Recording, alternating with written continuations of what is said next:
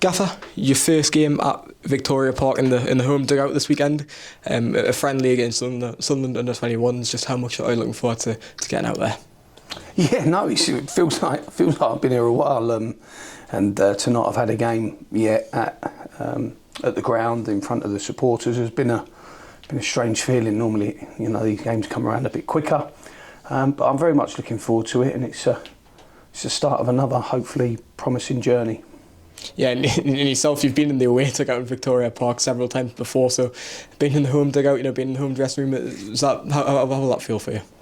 No, look, it'll be a good moment. These moments I take very seriously. Very privileged to, I've been appointed as manager and have the opportunity to try and be successful this season. And I think any successful campaign is driven by this foundation and connection between the fans and the players at your own stadium. So it's the start of another journey come Saturday.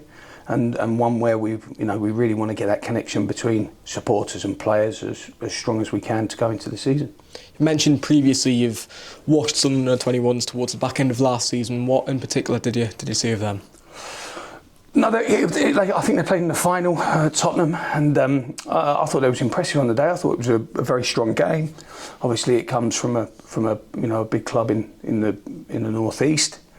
And one that gives us a bit of a different test from the first three that we've had. We've had, obviously a lot of adolescent teams, mature teams, experienced players to play against. This will give us a different type of challenge where we'll see probably as much off the ball regaining in terms of pressing as high and as aggressively as possible. And these games against these under-21 sides, they normally give you that chance to practice, if you're a high pressing team, which obviously I want us to be. So hopefully that style encourages our style, and we have a good performance.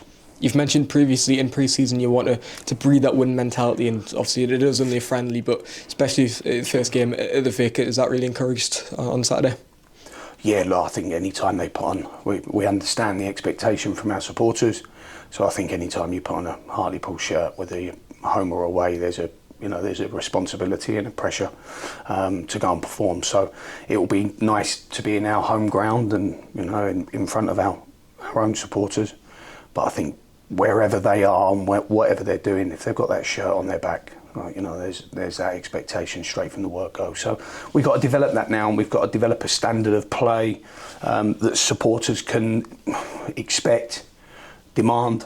And we've got to build that connection. It's such a powerful feeling when the supporters and the players, are in harmony or unified, because it can really, really drive you forward and push you over the line in those tight games. How does training look at the minute? Obviously, we've had a week's sort of block where we haven't had a game, we haven't had a midweek game, but how are we training? Obviously, you had 2 weeks at the start of pre-season where I imagine a lot of physical activity was involved. How does it look now? No, it's still very similar. But, we're coming up to 4 weeks, so you're still in that adaptation phase of trying to get people super fit for the season. So we're still doing that, and it's still very much there. I think the technical, tactical stuff comes when the real stuff starts, and you start preparing for each challenge differently. Every game presents a different problem that we have to try and formulate some sort of plan to achieve the goal. But training's been very, very good. The intensity and tempo is getting better and better by the day. Massive difference in intensity this week from last week. And we are pretty much, I think, at a point now where, as it stands, I think it's only Wallace that I think won't be available for Saturday. So I'm hoping for a clean bill of health, practically. Yeah, and just in particular on Luke Sharman, we get to see him in a Pools shirt. Is he okay?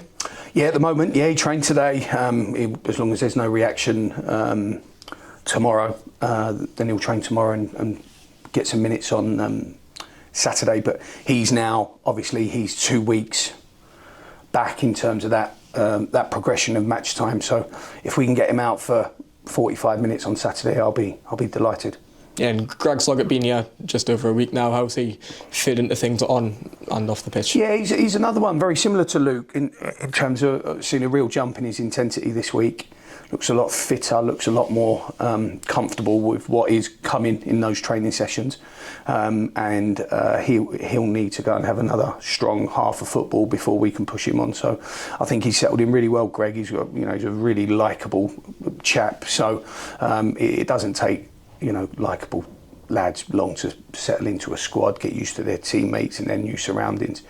But yeah, hopefully we'll expect another half of football from him Saturday. Just away from the pitch, how is recruitment going? Yourself and Joe Monks, are still working hard with that? I don't think that ever stops. I think the market of player movement and football business means that you have to stay really on top of that throughout the season. So that doesn't ever really sort of stop for Joe and I. We're hoping to obviously add, but we're only going to add quality where we think we need it and where we think it's really good business for the football club. And if those things aren't met, I don't like wasting opportunities to improve the team. So I think it's so important. I know people want to see more and more signings and things like that, but they've got to be right. Luke Waterfall, obviously announced as captain for the upcoming season. How important of a member is he to your squad? Yeah, no, he's an archetypical leader of men. The way he talks, his voice, his demeanour, his professionalism, all of those things go into him being a really good leader. My teams have played against his team, especially his Grimsby team, a hell of a lot. He plays with a leadership authority. So what we want to make sure is that reflection of myself, the football club, is reflected in the captain. He's got a huge responsibility on his hands, but if you look in his career, he's done it several times. And I just think when Luke Waterfall leads a team out, we look big coming out of the tunnel. I think that's a really important thing. I want to be big and strong and powerful, and he sets the tone when he walks us down the tunnel. Yeah, and it's important to note there's several sort of leaders in the squad as well, so Tom Parks, Nicky Featherstone, and not only just voices on the pitch, but leading by example as well. Yeah, look, I think leadership. Luke is, as I've said, a stereotypical leader. Chest out, big guy, very authoritative. But there's other ways you can be a leader. I think Nathan Sherran will be a fabulous captain at some point for us, hopefully. Nicky's obviously done that job for years, as has David. So the senior players are fine. I mean, they add their worth anyway. And if you've got that kind of influential character, you don't need a bit of elastic armband round your arm to be an authoritative leader. That is a personality trait, and one that's not affected by a bit of cloth on your arm.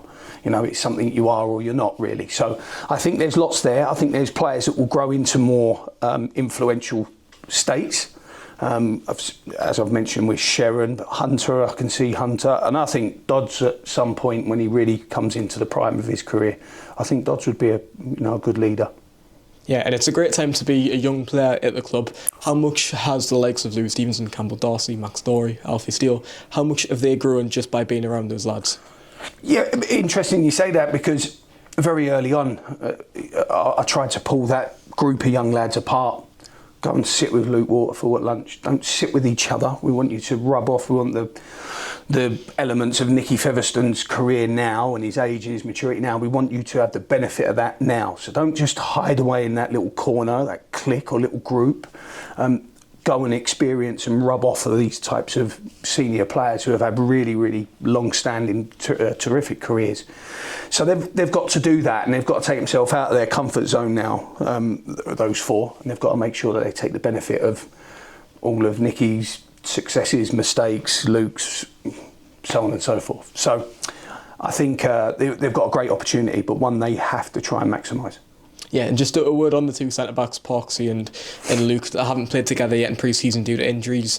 I bet you can't wait to see them together in the back line. Yeah, it'd be nice to just get them a bit fitter, get them fitter and get them ready for the 10th of August. The most important thing with those two and others is they're ready on the 10th of August. So whereas, we haven't seen them so far, the real important life or death stuff.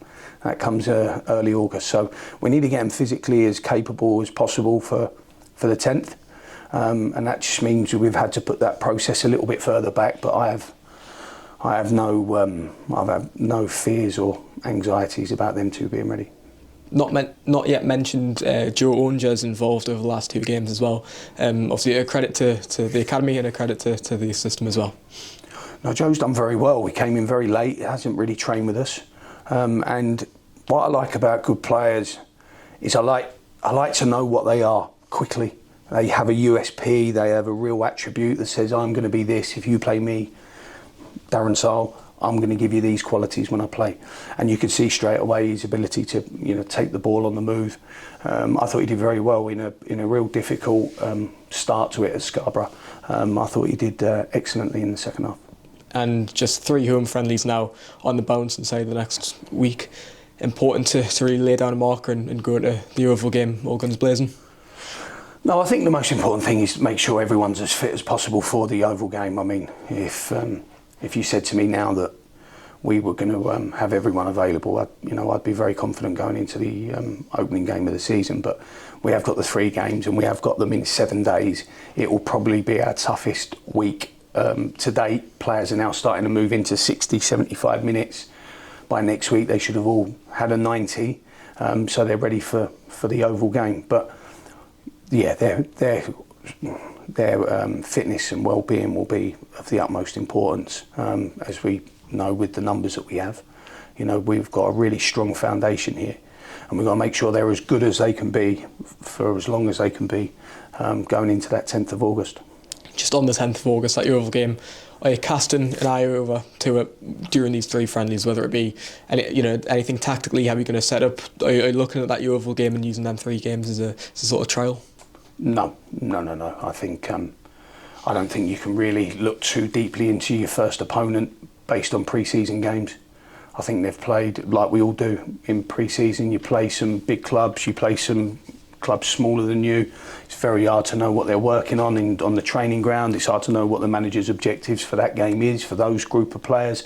So no, not really. I just think it's really important that we carry on our work and we worry about Hartlepool United rather than anyone else. So it will be a continuation of trying to build in those principles of play, build in the intensity, build in that ruthless edge that we saw briefly in a small period on last Saturday. It will be very important that we just keep laying them foundations down so that we're as good as possible.